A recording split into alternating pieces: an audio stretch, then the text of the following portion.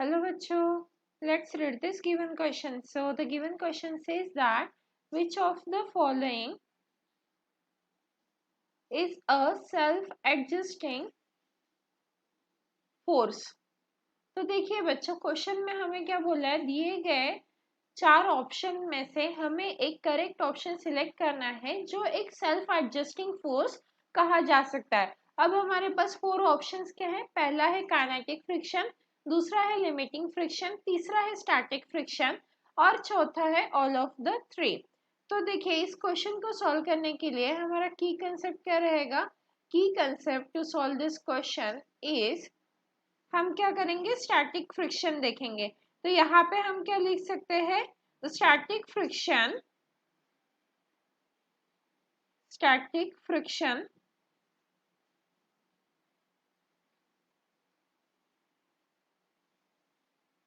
acts between acts when two surfaces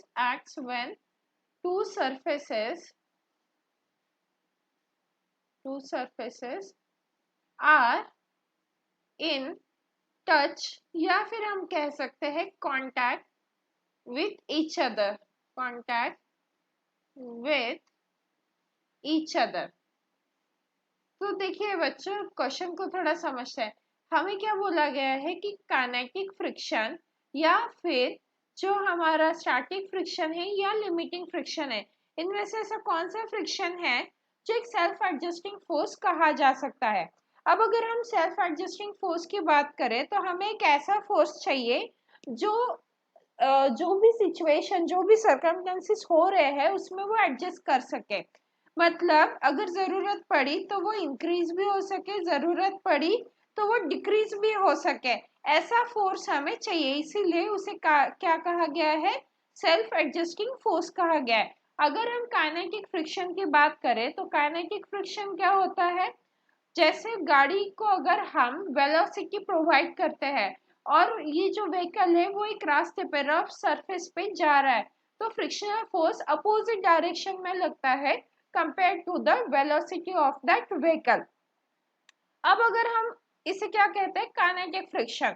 kinetic friction की भी एक लिमिट होती है, क्योंकि अगर आपने मैक्स टू मैक्स स्पीड बढ़ा दी तो एक लिमिट के बाद वो काइनेटिक फ्रिक्शन उससे ज्यादा इंक्रीज नहीं होता है, मतलब वो बियॉन्ड द लिमिट नहीं जा सकता है।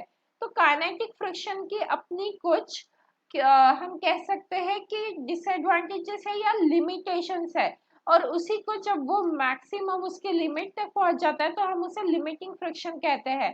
तो इनकी अपनी लिमिटेशंस है, तो ये सेल्फ एडजस्टिंग फोर्स नहीं कहलाए जा सकते हैं, क्योंकि हमें ऐसे फोर्स चाहिए जो एडजस्ट कर सके, ना कि उनकी खुद की लिमिट्स रहे। तो अगर हम यहाँ पे स्टैटिक फ्रिक्शन की बात करें तो स्टैटिक फ्रिक्शन हमारा करेक्ट आंसर हो जाएगा।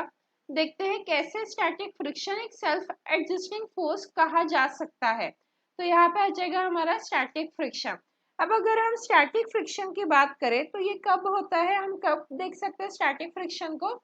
जब दो सरफेसेस टच में है। जरूरी नहीं है कि सरफेसेस मूविंग में ही रहे। मान लीजिए कि कोई ऑब्जेक्ट रेस्ट पोजीशन पे है, रेस्ट स्टेट में है, तब भी वहां पे कौन सा फोर्स एक्ट करेगा? Static friction. जैसे ये सरफेस है, यहाँ पे कोई ऑब्जेक्ट रखा है, तो यहाँ पे अभी फिलहाल स्टैटिक फ्रिक्शन एक्ट कर रहा है, even though this object is eight rest. तो स्टैटिक फ्रिक्शन को हम और अच्छे से समझ सकते हैं कि ये जो है, ये जो स्टैटिक फ्रिक्शन है क्या करेगा? Will try to attempt to keep the body at rest. तो हम यहाँ पे क्या लिख सकते हैं? Will attempt, static friction will attempt to keep the body attempt to keep the body at rest, keep the body at rest।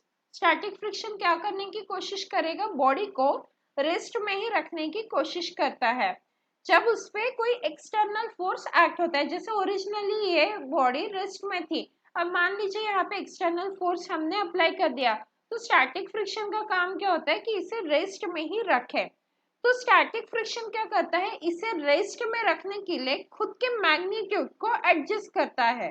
तो यहाँ पे हम सेकेंड पॉइंट क्या लिख सकते हैं, स्टैटिक फ्रिक्शन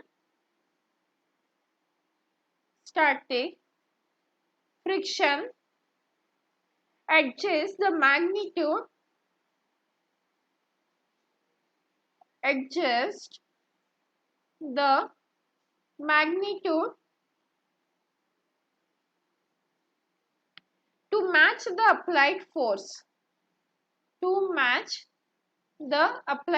देखिए हमने यहाँ पे क्या लिखा है कि स्टैटिक फ्रिक्शन क्या करता है, खुद को एडजस्ट करने की कोशिश करता है, खुद को मैच करने की कोशिश करता है, किसके साथ, जो हमने फोर्स अप्लाई किया एक्सटर्नल फोर्स उसके साथ, and attempts to keep the object at rest and attempts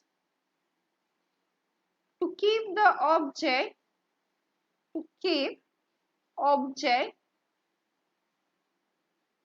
at rest। तो इस तरीके से हम कह सकते हैं जो हमारा स्टैटिक फ्रिक्शन है विच मीन्स ऑप्शन सी, वो क्या है, हमारा सेल्फ एडजस्टिंग फोर्स है, and hence the final answer for the given question is option C, that is static friction. Hope you understood it well. Best of luck.